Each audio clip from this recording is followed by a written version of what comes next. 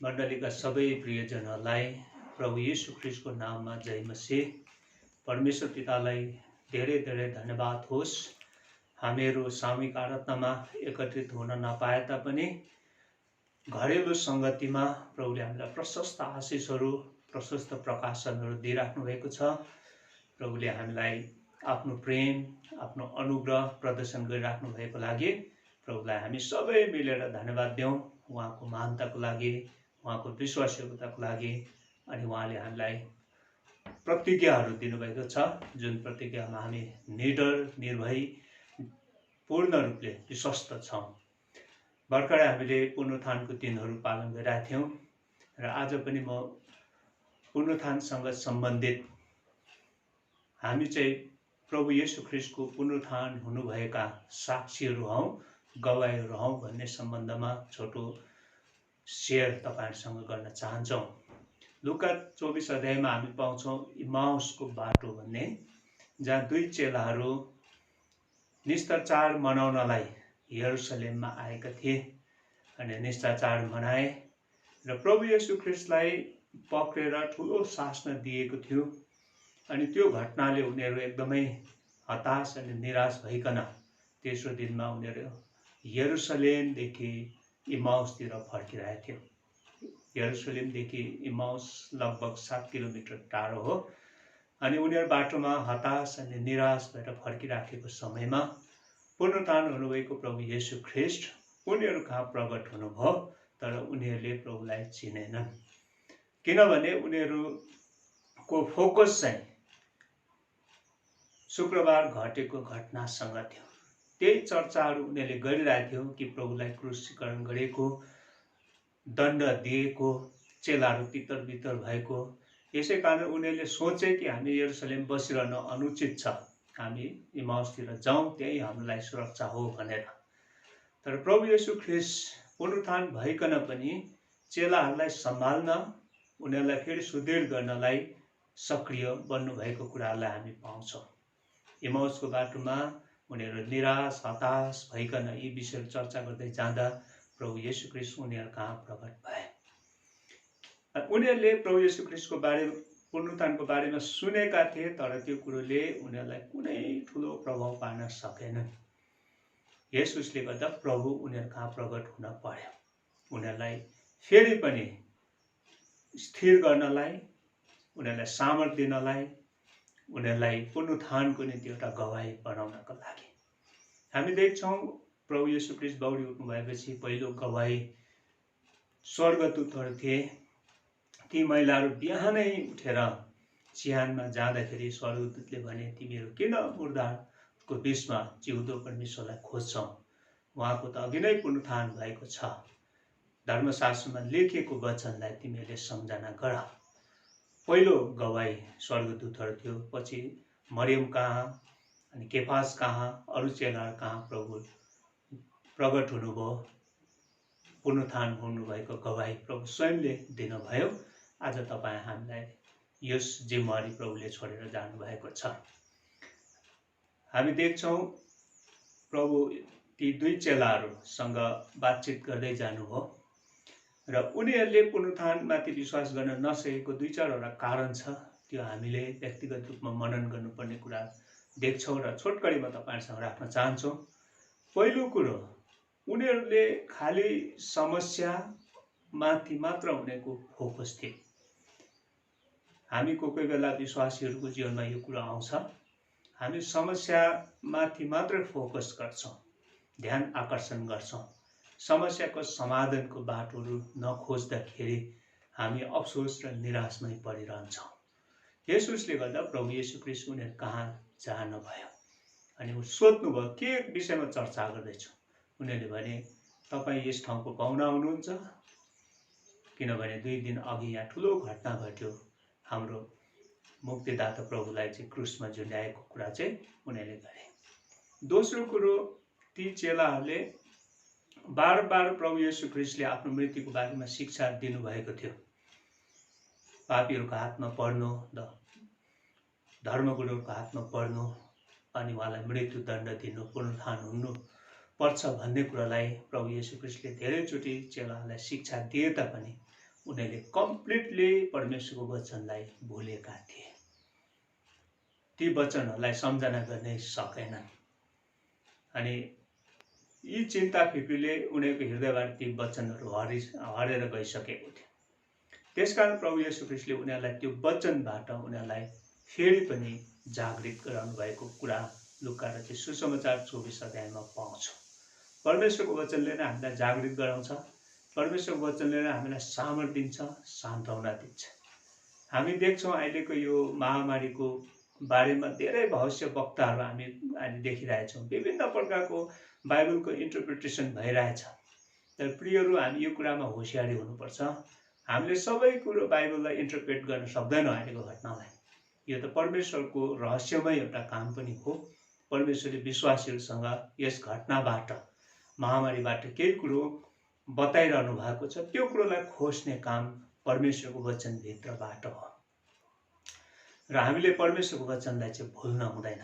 जब परमेश्वरलाई वचन भुल्छौँ, हाम्रो हृदयबाट वचन हराएर जाँदाखेरि हामीबाट यस प्रकारको चिन्ता फिक्री डर आउँछ अनि सबै कुरो हामी शून्य हुन्छ। र प्रभु येशू ख्रीष्टले ती दुई चेलालाई परमेश्वरको वचन, ख्रीष्टको आगमनदेखि मृत्यु र पुनरुत्थानको बारेमा उनीहरूलाई फेरि पनि शिक्षा दिनुभयो। अनि पछिबाट उनीहरूले भने हाम्रो हृदय बलेको थियो भनेर, किनकि परमेश्वरको वचनले उनीहरूलाई भरिदिनु भयो। परमेश्वरको वचनको शक्तिले उनीहरूलाई भरिदिनु भयो। तेस्रो कुरो, ती दुई चेलाहरूले, ती दुई व्यक्तिहरूले प्रभु येशू ख्रीष्टलाई अगमवक्ताको रूपमा मात्र प्रभुलाई चिनेका थिए। हामी त्यहाँ बाइबलमा पाउँछौँ कि येशू नासरीको बारे जो एउटा अगमवक्ता हुनुहुन्थ्यो, अब परमेश्वर सबै मानिसहरूको सामने काम र वचनमा शक्तिमान हुनुहुन्थ्यो। प्रभु येशू ख्रीष्ट यस संसारको मुक्तिदाता, उद्धारकर्ताको रूपमा आउनुभएको थियो। कलसीमा लेखेको छ, उहाँ स्वयं परमेश्वर हुनुहुन्थ्यो, उहाँ स्वयं सृष्टिकर्ता हुनुहुन्छ, उहाँ बढी उठ्नेमा जेठो हुनुहुन्छ। तर ती दुई व्यक्तिले चाहिँ प्रभु येशूलाई एउटा अगमवक्ताको रूपमा मात्र देखे, मुक्तिदाताको रूपमा चिन्न सकेनन्। त्यसले गर्दा पनि उनीहरूले यो पुनरुत्थानको खबरले उनीहरूको हृदयमा कुनै आशा आनन्द आउन सकेन। अनि तेस्रो कुरो हामी पाउँछौँ कि बिहानै ती महिलाहरूले उनीहरूलाई त्यो खबर दिएको थियो कि प्रभु येशू ख्रीष्ट बौरी उठ्नुभयो। उनीहरूले ती महिलाहरूको समाचारलाई विश्वास गरेनन्, उनीहरूले अफवाह सम्झे, उनीहरूले बनावटी कुरा सोचे। ती महिलाहरूलाई थाहा भएको थियो कि प्रभु येशू ख्रीष्ट बौरी उठ्नु भएको छ। कहिलेकाहीँ हाम्रो जीवनमा बौरी उठ्नु भएको प्रभु राज गर्नुपर्ने सट्टामा राज नगरिराखेको हुन्छ। हामी एउटा इस्टर एउटा चाडको रूपमा मात्र मान्छौँ। शुभ शुक्रबार, गुड फ्राइडेहरू एउटा वार्षिक चाडमा मात्र हुन्छ। तर यो त वास्तविकता कुरा हो। यसलाई हामीले विश्वासद्वारा ग्रहण गर्नुपर्ने कुराहरू छ। तर ती दुईजनाले ती विश्वास ग्रहण गर्न सकेनन्। ती समाचारले उनीहरूलाई कुनै प्रभाव पारेन, किनभने उनीहरू अविश्वासी भए।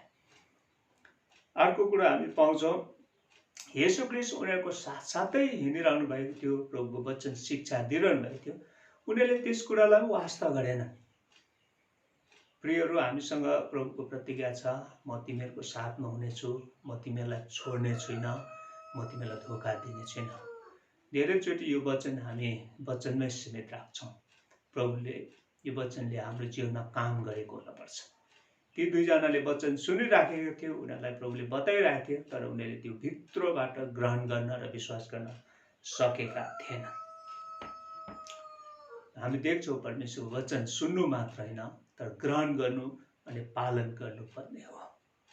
तर यति हुँदाहुँदै पनि जब उनीहरूको यात्रा बेलुकी साँझ हुन लाग्यो, अब फर्दर यात्रा गर्ने सम्भावना थिएन।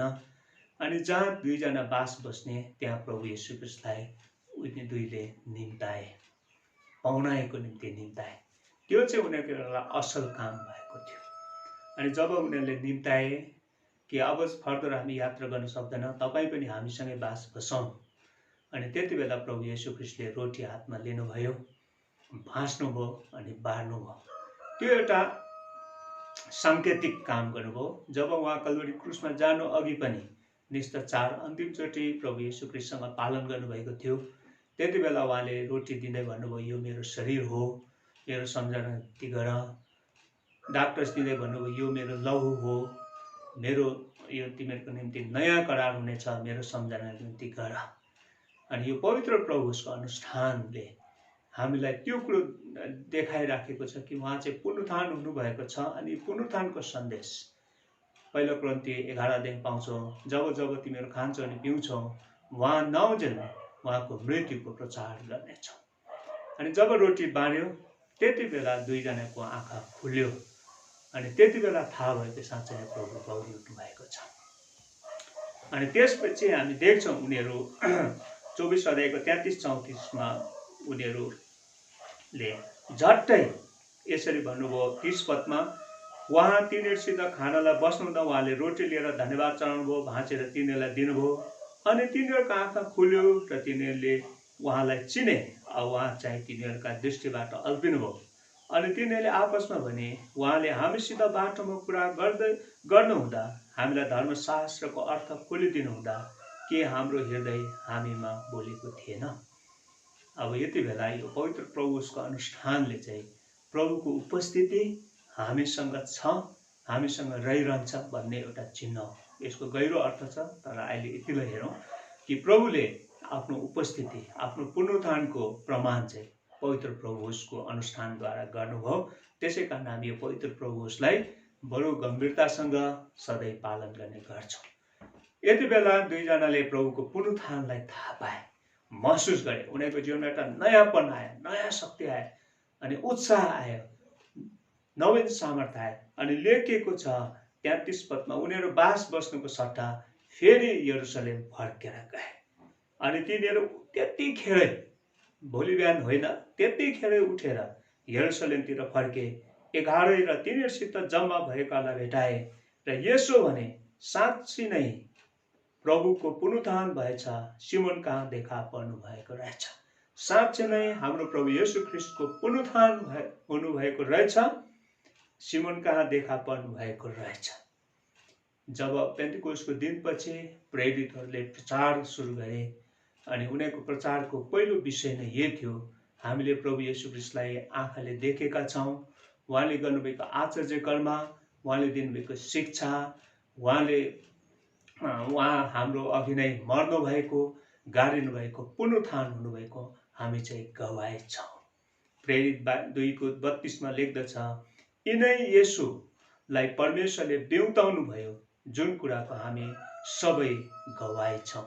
यिनै येशू प्रभुलाई परमेश्वरले बिउताउनु भयो, जुन कुराको चाहिँ हामी गवाही छौँ।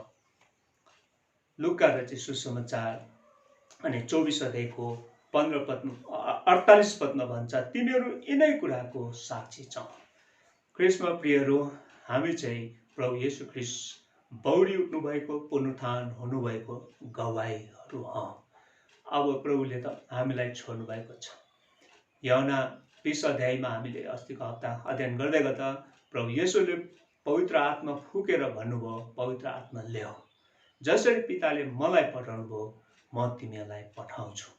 प्रभुले हामीलाई पुनरुत्थान हुनुभएको प्रभुको बारेमा बताउनलाई यो संसारमा पठाउनु भएको छ। के हामी तयार छौँ? के हामी गवाही बन्नलाई तयार छौँ? प्रभुले हामीलाई पर्खिराख्नु भएको छ र मण्डली चाहिँ उहाँ पुनरुत्थान हुनुभएको गवाही हौ। हामी चाहिँ उहाँको गवाही हौ। र प्रेरितहरूको अरू प्रचार थिएन, यही प्रचार थियो, ख्रीष्ट पुनरुत्थान हुनुभएको छ, ख्रीष्ट बौरी उठ्नु भएको छ अनि पुनरुत्थान हुनुभएको प्रभु चाहिँ हामीसँग रहनुहुन्छ, बास गर्नुहुन्छ, हामीलाई निरन्तर सम्हाल्नुहुन्छ। पुनरुत्थान हुनुभएको प्रभुले हामी सबै परिवारलाई आशीर्वाद दिउन्, सामर्थ दिउन् अनि उहाँको महिमा र गवाहीमा प्रशस्त रूपमा चलाउन्। आमेन।